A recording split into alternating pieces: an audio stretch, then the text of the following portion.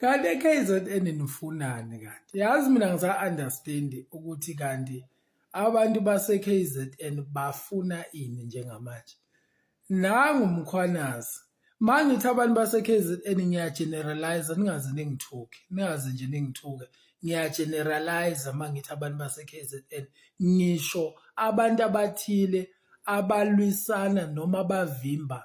i-change enhle e-KZN. Ukuthi kanti bafunani kanti ngoba kuyakhomba ukuthi le province le KZN i-backwardness not only to itself but to the entire country, i-backwardness ey'ntweni ey'ningi,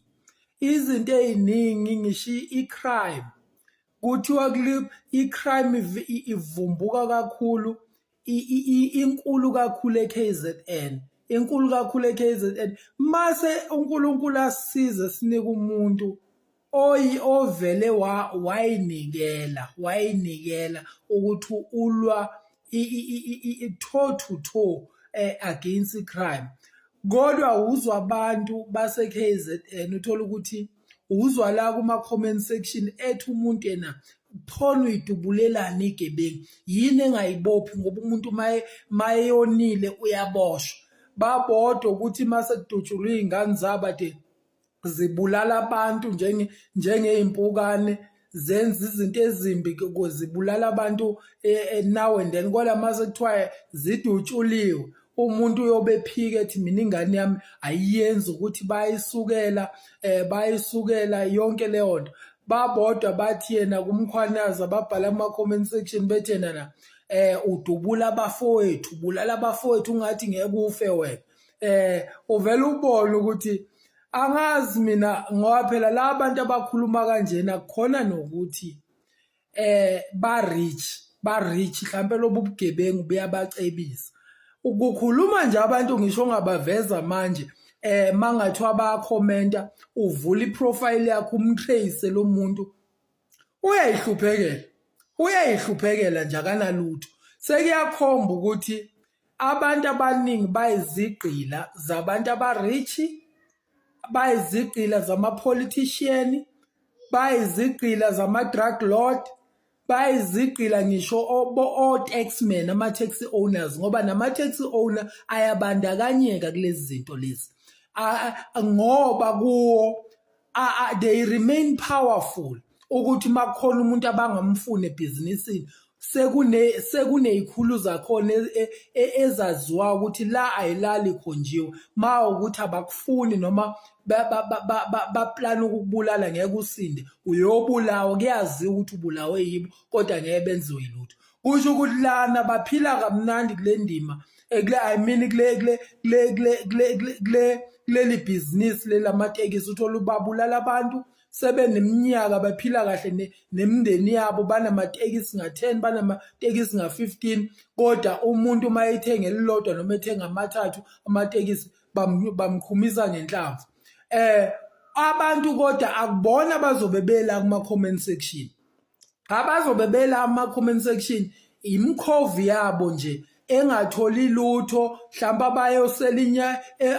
aboselwa inyama ngaleso sikhathi banikeze oshintshi ngaleso sikhathi bebe ngosicabha kulawo matekisi aleso sikhulu. Uthola ukuthi yibo laba abakhuluma la kuma-comment section. Ikhulu kuyacaca ukuthi lana ikhulu ey'thile yize ziba nama-slave, ama-slave wona abakhulumelayo, nama-politician athile ama-slave abakhulumelayo, ngisho ama-drug lord ama-slave abakhulumelayo. Ama-slave khuluma ngomuntu ophuwa nje ongenalutho kodwa uba i-backwardness amele adifende abantu abenzi bokuba, defende ama-politician aqhuba asibuyisele emuva, adifende ngisho ababulala abantu ubusuku nemini basibuyisele emuva. Njengamanje nangu baba uMkhwanazi ulwela i-KZN, ulwela abantu base-KZN kodwa same people base-KZN bakhona benza okuhle uthola bamrecommenda lento ayenza khona bazama ukuyi-criticize still beyi-criticize khona ngisho iy'khulu ey'phezulu angi-understand nje ngisho lezi khulu ey'phezulu ominister ukuthi ma usuthi uthatha iposition ekudifendeni isigebengu phakathi kwama-citizen ekumele ahlale kahle anelungelo lokuhlala eMzansi acomplyayo nemithetho yaseMzansi wena uchoose ukuba sesayidini lesigebengu uvikela isigebengu udefend isigebengu uze futhi ufuna ukushushisa umuntu omelene nesigebengu olwe nesigebengu wasehlula wena uzofuna ukumshushisela ukuthi ulweleni nesigebengu usehlule kanjani isigebengu kusho ukuthi bekuyoba right ma ukuthi isigebengu esimehlulile noma izigebengu eziqotha amaphoyisa ezidubula amaphoyisa ebafethu uyabona ma ukuthi kwi-country kukhulunywa ukuthi amaphoyisa awanasithunzi amaphoyisa kumele asabe izigebengu aniboni ngani ukuthi lapho as ama-citizen asikho protected at all kusho ukuthi izigebengu zingenza nanoma yini kungenzeki lutho ngoba uzothi ufonele esiteshini nesiteshi siyesaba kodwa ukunika amaphoyisa ipower ukuhlomisa amaphoyisa enikwe ilungelo lokushala izigebengu ngiyakutshela uyozwa uzokulala uyolala ngisho uvulile emzini wakho ungesabi lutho uyoqala ngisho ibhizinisi ngisho amatekisi abe siyawathenga nje amatekisi kunzima ukuthi ungaba nomqondo mawathi ucabanga ukuthenga itekisi uthi utshela unkosikazi wakho uyakukhuza ethi babe ngiyacela nje ungayingeni leli bhizinisi ungayithengi itekisi kodwa ibhizinisi why abantu bengafunisha ukuba necompetition alikho ibhizinisi la eMzansi elingenayo icompetition alikho ngisho elilodwa elingenayo icompetition kodwa bona ngenkani bafuna ukungabi nayo icompetition abafuni ukuba necompetition bona yini yanje leyo ngoba ngeke ungitshela ukuthi otaxman bayinje ukuthi ngathiwa ubaqhathanisa namaphoyisa ngoba amaphoyisa kumele ngabe izinto bazenza ngenkani mabethanda bemisa amatekisi for 6 months or even for a year bebona bazokwenzana bengeke benze lutho futhi mabebaqala badutshulwa nabo futhi ngoba ngeke bafethu kuthiwa semukela le nonsense ngisho taxman go Johannesburg go KZN go Mpumalanga tholo taxman go Cape Town uthi uyababuka bahlupha abantu benza yonke into ngathi baba own abantu uba own abantu mayisafuna bemnika imali mase kuyibona yena ngibone kumele babenzele abafavor abantu abayingeni leyo ngebe kunike ngisho ulift wabo kodwa ma ukuthi bafuna imali ubaya ba own abantu ababo futhi abafune ukuphazanyiswa imuntu sizophila kanjani nabantu abakanjani so bafethu angi-understand ukuthi KZN abantu base KZN abayilwi ngani lento le ukuthi umkhwanazi esiza kangaka eKZN yini engasupportwa angisakhulumi manje kuma citizen ngikhuluma nje ngezikhulu lezi eziphezulu neze kwi-IPD ukuthi how come ukuthi bengafuna ukupeketula befuna ukushushisa umkhwanazi ngokuthi ulwa nezigebengu